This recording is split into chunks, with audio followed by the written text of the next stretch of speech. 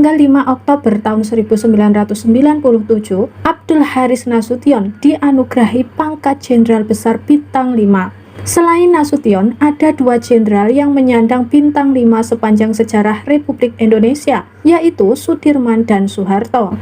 Berikut ini adalah cerita tiga jenderal legendaris TNI tersebut, seperti dikutip dari buku 100 Tokoh yang Mengubah Indonesia, penerbit Narasi. Nasution nyaris menjadi korban G30S, namanya termasuk dalam daftar penculikan. Beruntung ia dapat lolos dari kepungan walaupun kehilangan putri tercintanya, yaitu Ade Irma Suryani. Pak Nas memang sosok yang berani terang-terangan menentang komunis. Pada tahun 1948, ia memimpin pasukan Siliwangi menumpas pemberontakan PKI di Madiun. Ia juga aktif menghalangi manuver-manuver PKI, antara lain menentang usul mempersenjatai buruh dan tani. Awal pemerintahan Orde Baru, Pak Nas sempat berperan. Semula beberapa tokoh Angkatan Darat seperti Kemal Idris, H.R. Darsono, dan Sarwo Edi mendesaknya untuk menjadi presiden. Tetapi Pak Nas hanya menjadi ketua MPRS. Pada tahun 1968, lewat keputusannya, MPRS mengangkat Soeharto menjadi presiden. Kemesraan antara Nasution dan Soeharto juga tidak lama. Setelah Soeharto berkuasa, Nasution malah disingkirkan. Keterlibatannya dalam petisi 50 dianggap sebagai biang keladinya. Puncaknya pada tahun 1972, setelah 13 tahun memimpin angkatan bersenjata, Nasution dipensiunkan dini dari dinas militer. Sejak saat itu, Nasution tersingkir dari panggung politik. Dalam masa tuanya, Pak Nas sempat dibelit persoalan hidup. Rumahnya di Jalan Teuku Umar, Jakarta, tampak kusam dan tidak pernah direnovasi. Secara misterius, pasokan air bersih ke rumahnya pun terputus tak lama setelah Pak Nas pensiun. Namun, setelah 21 tahun dikucilkan, tiba-tiba Nasution dirangkul lagi oleh Soeharto, yaitu pada tanggal 5 Oktober tahun 1997, bertepatan dengan Hari ABRI. Prajurit tua yang dikenal taat beribadah itu dianugerahi pangkat Jenderal Besar Bintang 5. Selain Nasution, ada dua jenderal yang menyandang bintang 5 sepanjang sejarah RI, yaitu Sudirman dan Soeharto. Abdul Haris Nasution tutup usia di Rumah Sakit Gatot Subroto pada pukul 7.30 waktu Indonesia Barat pada tanggal 6 September tahun 2000. Secara sepintas, pendidikan militer Sudirman sebenarnya tak seberapa jika dibandingkan teman-temannya alumni Akademi Militer Belanda. Ia hanya menjalani pendidikan Daidatko atau setingkat komandan batalion Peta. Ia adalah salah satu dari 69 kepala batalion yang ada di Jawa, Bali, dan Madura. Namun, ia memiliki bakat kepemimpinan yang sangat luar biasa. Figurnya karismatik, serta menampakkan kedewasaan yang jauh melampaui usianya. Bakat kepemimpinannya itu tampak ketika Sudirman bersama pasukan yang dipimpinnya berhasil mengusir tentara sekutu anak buah Jenderal Battle dari kota Magelang dan Ambarawa. Pertempuran itu dikenang sebagai Palagan Ambarawa yang terjadi pada bulan November sampai dengan Desember tahun 1949. Dalam pertempuran yang berlangsung tanpa henti pada tanggal 12 sampai dengan 15 tahun 1945 itu, pasukan sekutu berhasil dipukul mundur. Sebagai kenangan, setiap tanggal 15 Desember, negara memperingatinya sebagai Hari Infanteri. Ketika dikeluarkan maklumat pemerintah pada tanggal 1 November tahun 1945, bermunculan pasukan-pasukan bersenjata dari berbagai unsur. Banyak partai memiliki pasukan bersenjata sebagai underbow-nya. Karena perbedaan ideologi, agama, dan latar belakang sosial, sering terjadi perselisihan di antara mereka. Namun, laskar-laskar ini dapat dipersatukan dengan tentara oleh Sudirman.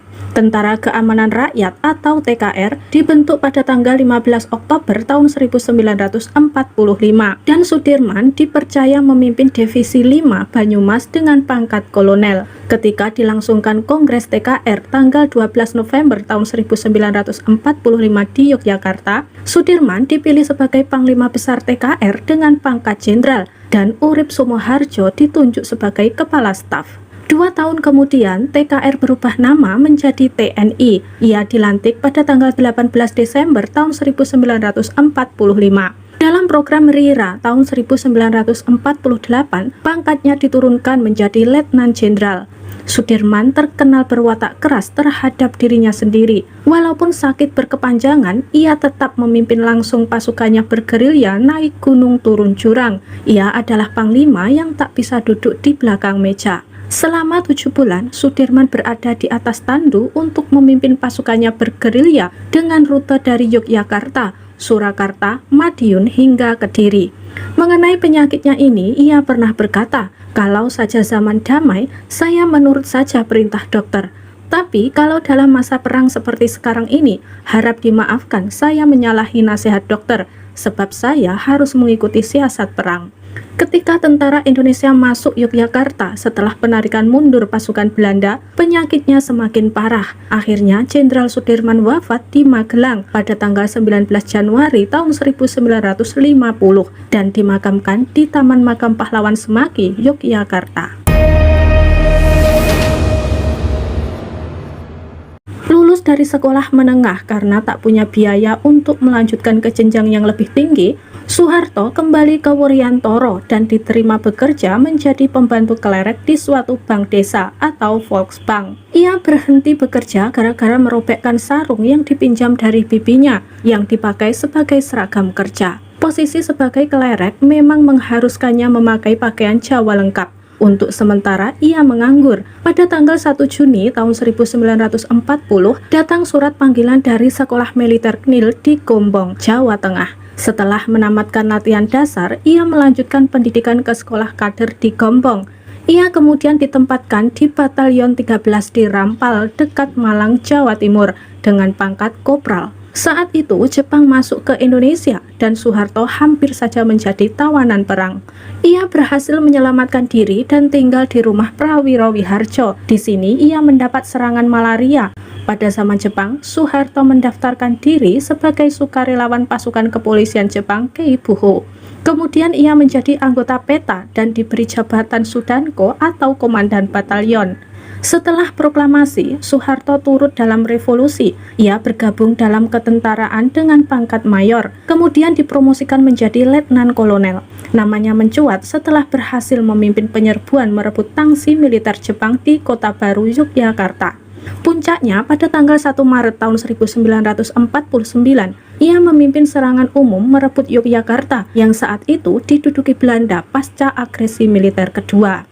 Setelah pengakuan kedaulatan, Soeharto menduduki jabatan strategis di Kodam Diponegoro, Jawa Tengah. Saat itulah ia mulai menjalin hubungan dengan beberapa rekan dari kalangan pengusaha, antara lain Lim Soo-leong dan Bob Hasan. Pada awal dekade 1960-an, prestasinya terukir dengan mengomandani pasukan RI untuk merebut kembali Irian Barat. Kiprahnya di bidang politik dimulai ketika meletus gerakan 30 September. Dengan sigap, ia mengambil langkah-langkah taktis dan strategis untuk memulihkan keamanan, sekaligus menanamkan pengaruh.